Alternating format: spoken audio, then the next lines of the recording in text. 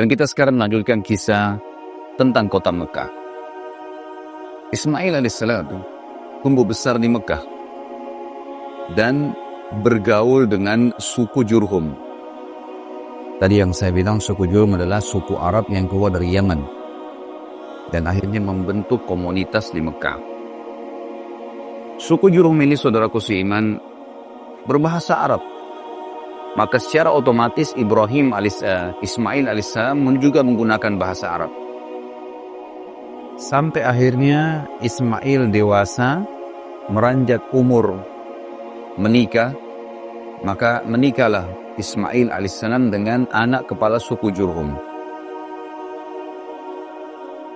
Dan karena bahasa Arabnya Ismail alaihissalam dan menikahnya dengan anak kepala suku Jurhum, keluarlah tadi istilah yang saya bahasakan, istilah Arab musta'ribah. Orang-orang Arab yang terarabkan. Berjalan waktu, tentu saya ringkaskan karena ceritanya panjang. Ibrahim alaihissalam mendapat perintah dari Sang Pencipta Allah untuk mengunjungi Mekah. Dan akhirnya beliau datang mengunjungi Mekah, bertemu dengan istrinya Hajar. Dan kisah yang saya ambil adalah kunjungan beliau pada saat Ismail alaihissalam sudah menikah. Pada saat sudah menemui Hajar, kemudian dia bertanya di mana Ismail. Kata Hajar, sudah menikah, ada rumahnya sendiri. Tunjukkan di mana rumahnya, kata Ibrahim alaihissalam. Tunjukkan rumahnya. Pas tiba di sana, Ibrahim alaihissalam mengucapkan salam. Ternyata istrinya Ismail alaihissalam menjawab dari dalam. Kata Ibrahim setelah salam, di mana suamimu? Kata istrinya, lagi berburu. Dan Ismail alaihissalam sangat gemar berburu. Biasanya zaman dulu orang kalau berburu balik kembali 2 bulan, 3 bulan baru kembali. Kemudian kata Ibrahim alaihissalam, bagaimana kehidupan kalian? Istri Ismail dalam riwayat ini menyebutkan hal-hal yang kurang nyaman bagi Ibrahim alaihissalam karena seakan-akan tidak berterima kasih dengan Allah. Kehidupan kami susah, kehidupan kami begini, kehidupan kami begitu, semuanya keluhan. Setelah mendengar itu kata Ibrahim alaihissalam, kalau suamimu pulang, sampaikan ada seseorang yang datang bernama Ibrahim. Dan pada saat itu disebutkan dalam riwayat kalau istri Ismail belum tahu. Nah, Ibrahim alaihissalam hidup di Palestina. Dan sampaikan padanya pesan agar dia mengganti tiang pintu rumahnya. Baiklah. Ibrahim alaihissalam dalam riwayat ini dikatakan pulang ke rumahnya ketemu Hajar. Tunggu beberapa hari Ismail belum kembali lagi ke Palestina. Beberapa hari kemudian Ismail pulang menemui ibunya Hajar alaihimussalatu wassalam. Kemudian dia pun pulang ke rumahnya. Lalu dia menanyakan kepada istrinya, apa ada orang yang datang? Kata istrinya, ada. Siapa namanya? Seseorang yang bernama Ibrahim. Apa yang dia tanyakan? Apa yang engkau bicarakan dengannya? Dia menanyakan kehidupan kita. Lalu apa yang kau jelaskan? Ya, kehidupan kita susah. Tidak seperti orang kaya si fulan dan si fulan. Ada orang-orang dari Jurhum yang kaya, rumahnya bagus, lebih bagus di Mekah ini. Lalu kata Ismail AS, apa pesannya? Kata istrinya, pesannya agar engkau mengganti tiang pintu rumahmu. Kata Ismail, kalau begitu, bungkuslah pakaianmu, aku sudah menceraikanmu. Karena yang datang itu adalah ayahku Ibrahim, seorang Nabi Allah. Dan perintah untuk mengganti tiang pintu artinya aku disuruh menceraikanmu. Makanya sampai keluar istilah bagi orang-orang Arab, kalau dia mau mengucapkan kalimat santun agar istri diceraikan, maka dia mengatakan, aku akan mengganti tiang pintu rumahku. Di sini ada akhwat datang hadir ya.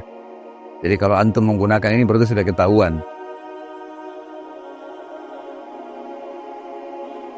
Beberapa waktu kemudian dalam riwayat lagi yang lain disebutkan Ibrahim alaihissalam datang lagi. 2 kali, tapi entah jeda waktunya berapa tahun tidak tahu. Datang lagi sekali, ketemu dengan Hajar alaihissalam. Kemudian setelah ketemu, Ismail lagi keluar. Baik, saya mau datang ke rumahnya, diberikan salam. Ternyata sudah wanita lain sekarang. Ismail alaihissalam sudah menikah dengan wanita lain dari Jurhum. Lalu Ibrahim bertanya alaihissalam, di mana suamimu? Lagi pergi berburu. Bagaimana kehidupan kalian? Alhamdulillah, kehidupan kami cukup. Orang ini mukminah. Semuanya disyukuri sama dia. Setelah panjang lebar dia cerita, kata Ibrahim alaihissalam, kalau suamimu pulang sampaikan salam seseorang yang bernama Ibrahim dan sampaikan padanya agar dia mempertahankan tiang pintu rumahnya. Ini yang senyum-senyum sudah tahu cara berisrael ya. Bukan saya ajarin loh ya. Cerai dalam Islam itu hukumnya hal mubah yang paling Allah benci. Tapi ini adat terjadi di sejarah para nabi-nabi. Kali ini Ibrahim alaihissalam tidak langsung pulang. Nunggu di situ. Nunggu sampai Ismail alaihissalam datang. Dan ada sebuah riwayat yang dipastikan insya Allah kesahihannya, menjelaskan bahwasanya Ibrahim alaihissalam belum pernah bertemu dengan Ismail kecuali di saat itu. Jadi belum pernah ketemu sebelumnya. Dari waktu bayi diletakkan pertama di Mekah yang kosong itu, belum pernah ketemu sampai Ismail sudah menikah. Jadi bisa belasan mungkin puluhan tahun. Tapi tidak disebutkan umur Ismail alaihissalam waktu itu berapa. Ada juga sebagian ulama yang menanggapi kisah ini mengatakan kemungkinan adalah Ismail alaihissalam pada saat itu sudah mencapai juga umur kenabian ini. Umur kenabian berarti 40 tahun. Yang berarti Ibrahim alaihissalam pada saat itu sudah 70 tahunan. Karena waktu sudah hampir 80-an sekian. Maka ini sebuah pernyataan tentunya. Tapi apapun itu yang jelas disampaikan kalau Ismail alaihissalam bertemu dengan Ibrahim. Setelah bertemulah dua orang ayah dan anak ini. Baru saja 2-3 hari ketemu, Ibrahim alaihissalam mimpi menyembelih anaknya. Mimpi menyembelih anaknya. Maka pada saat itu pun Ibrahim alaihissalam memanggil Ismail di pagi hari, kemudian mengatakan, ya Ismail, sesungguhnya aku melihat dalam mimpiku, aku menyembelihmu. Kira-kira bagaimana pendapatmu? Ada sebagian orang yang mengatakan, di sini Ismail masih anak-anak. Masih di bawah 10 tahun, masih di bawah 15 tahun. Tapi ditanggapi oleh para ahli sejarah yang lain atau para ulama yang lain, tidak mungkin anak-anak umur 15 tahun atau di bawah 10 tahun mau menerima lahirnya disembelih. Masuk akal lah kira-kira kalau antum punya anak 10 tahun, sini nak, saya mimpi saya sembelih kamu. Lari dia. Jadi yang lebih dekat sebenarnya adalah memang Ismail sudah sampai pada umur yang ternobatkan menjadi nabi.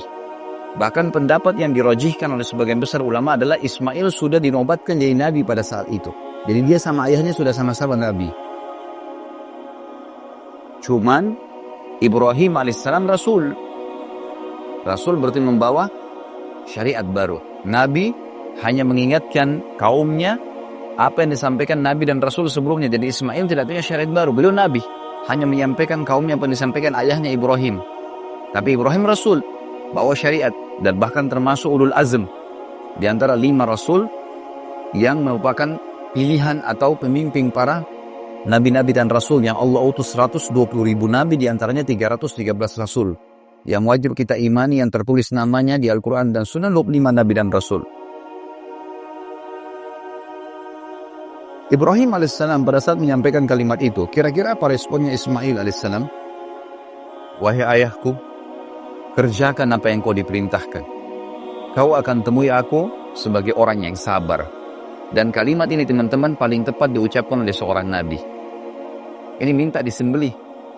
Dan perlu juga teman-teman tahu, di alam nabi-nabi, mimpi nabi nggak mungkin dari syaitan. Semua mimpi nabi benar. Kalau Nabi yang mimpi, benar semuanya. Bahkan bisa terjadi adalah wahyu yang disampaikan kepadanya. Jadi mimpi di sini adalah satu hal petunjuk. Ringkas cerita teman-teman sekalian, akhirnya Ibrahim dan Ismail menuju ke tempat yang sudah dilihat dalam mimpinya untuk disembelih. Tempatnya di wilayah antara Muzdalifah dengan Mina. Antara Muzdalifah dengan Mina. Tapi sekarang Kalau saya melihat dia tepatnya masih masuk wilayah Muzdalifah. Masuk wilayah Muzdalifah. Kerajaan Saudi meletakkan seperti batu kecil itu untuk mengenang kalau di situ dulu tempatnya Ismail mau disembelih. Kalau sekarang pas ada di bawah, ada gunung di bawah rel kereta yang dibuat oleh kerajaan Saudi untuk perjalanan jemaah haji. Biasanya kalau orang terus di Mekah ditunjukin tuh. Menuju ke sana teman-teman sekalian, sementara menuju ke sana, syaitan datang menggoda Ibrahim alaihissalam. Lalu membisikkan padanya, untuk apa kau mengganggu, untuk apa kamu menyembelih anakmu, kesian dia masih kecil, dan seterusnya. Oleh Ibrahim alaihissalam diambil batu, kerikil kecil, dilempari sambil membaca Bismillahi Allahu Akbar. Bismillahi Allahu Akbar 7 kali. Dilempar, syaitannya pergi. Berjalan sedikit, kurang lebih 10-20 meter, datang lagi syaitan yang sama menggoda. Ibrahim alaihissalam melempar lagi dengan kerikil kecil 7 Bismillahi Allahu Akbar. Hilang lagi syaitannya. Sampai yang ketiga kali, batu yang 7 kali yang ketiga, dilempar dengan Bismillahi Allahu Akbar, lalu syaitannya hilang. Lalu Ibrahim alaihissalam meletakkan Ismail di atas sebuah batu di sebuah bukit kecil tadi.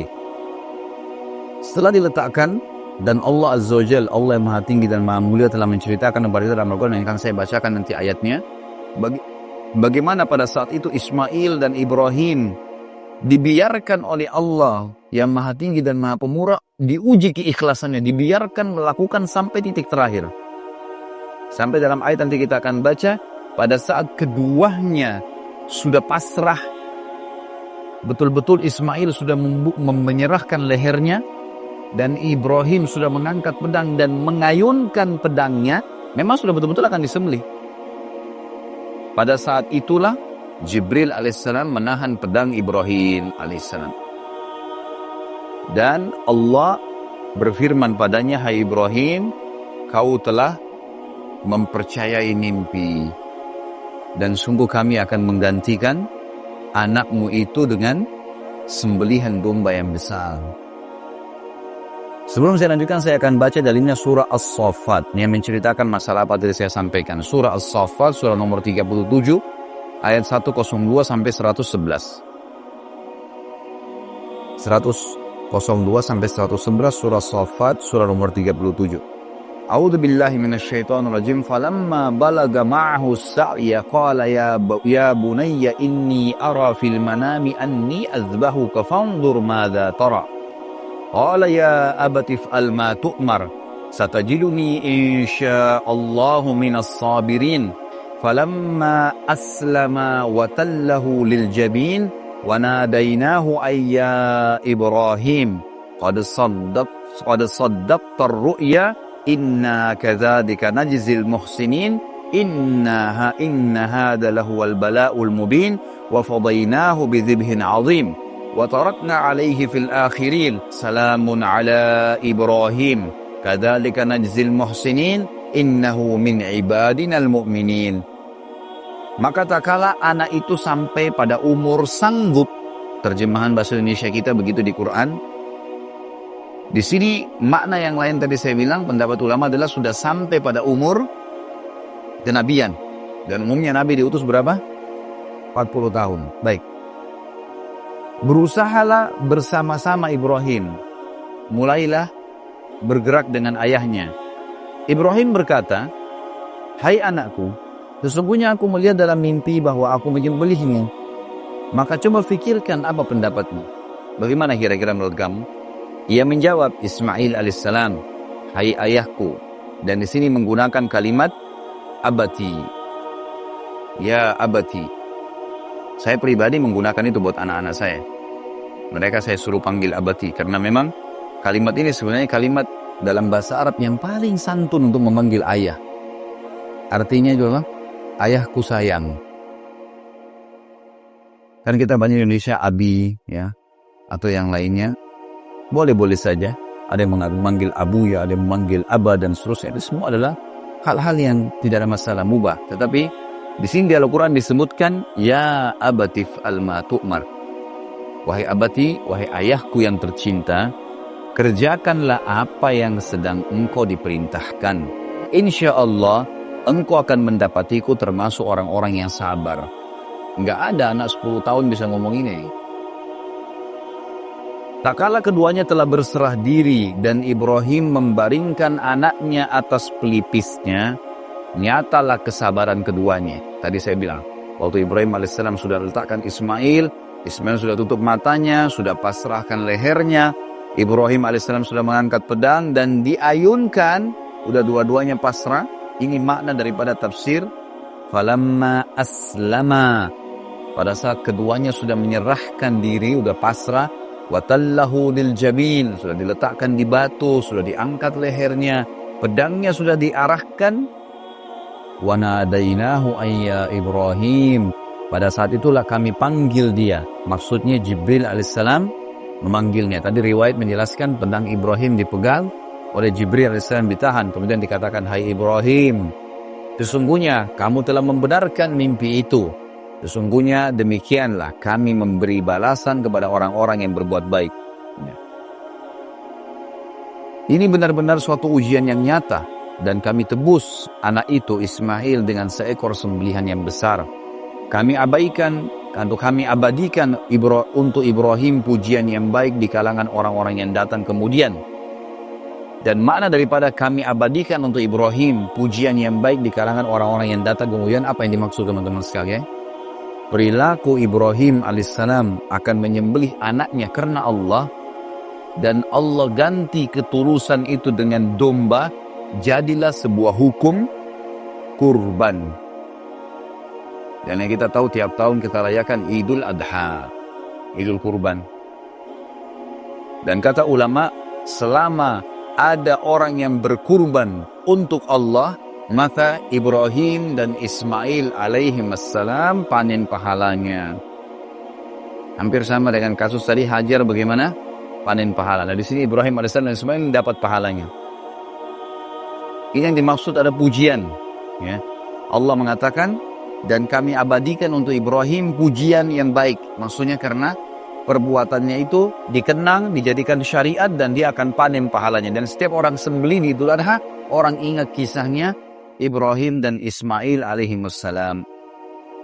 Juga masuk dalam masalah ini adalah pujian yang baik. Kalau Ibrahim alaihissalam adalah seseorang dengan keimanannya sangat yakin dan percaya dengan janji Allah, tidak ada keraguan sedikit pun, dan ini contoh keikhlasan dalam beramal. Ini juga berarti pujian. Setiap kali orang-orang yang beriman atau para da'i, mubalik yang faham dan kisah ini, maka mereka akan mengangkat kisah Ibrahim alaihissalam bagaimana tentang keyakinannya kepada Sang Pencipta Allah. Ini juga termasuk pujian yang baik. Masuk dalam pujian yang baik teman-teman sekalian adalah perilaku Ibrahim alaihissalam pada saat melempar syaitan 3 kali. Ada hukum dalam haji jumrah, melontar di 3 titik yang biasa kita kenal dengan jumrah sughra, jumrah usta, dan jumrah aqabah atau kubra. Semua jemaah haji diharuskan teman-teman sekalian, diwajibkan untuk jumrah, melontar 7 batu kecil di 3 titik yang Ibrahim alaihissalam melempar, dan menjadi sebuah bagian daripada ibadah. Kata ulama, setiap orang melempar batu jumrah, satu pahala buat Ibrahim alaihissalam. Sementara semua jemaah haji melempar minimal 21. 7 maha minimal. Di hari pertama, tanggal 10 Zulhijjah hari Idul Adha, mereka melontar jumrah kubra atau aqabah. 7 kali, 7 batu. Berapa jumlah jemaah haji? Jemaah haji rata-rata 3 juta. Kalau 3 juta kali 7, itu bisa 21 juta. Pahala ini. Hari ke-11, tanggal 11, 12, 13 yang dikenal dengan hari tasyrik, jemaah haji melempar kecil, sedang, besar. 21 batu dikali 3 juta orang. Itu sudah luar biasa pahala. Berjuta-juta pahala didapatkan. Seperti itulah. Dan ini masuk dalam makna terjemahan atau tafsir dari firman Allah ayat 108 tadi. Dan kami abadikan buat Ibrahim pujian yang baik di kalangan orang-orang yang datang kemudian. Dan Ibrahim akan diberikan kesejahteraan yang dilimpahkan padanya. Demikianlah kami memberi balasan kepada orang-orang yang berbuat baik. Sesungguhnya ia termasuk hamba-hamba kami yang beriman. Setelah kejadian itu, Ibrahim dan Ismail AS balik membawa domba itu, kemudian menyembelihnya, dan menjadi sebuah informasi di Mekah kalau Ibrahim Ismail AS tidak jadi disembelih, dan ada perintah dari Allah untuk menyembelih domba ini. Maka semua orang-orang yang beriman pada saat itu dianjurkan untuk menyembelih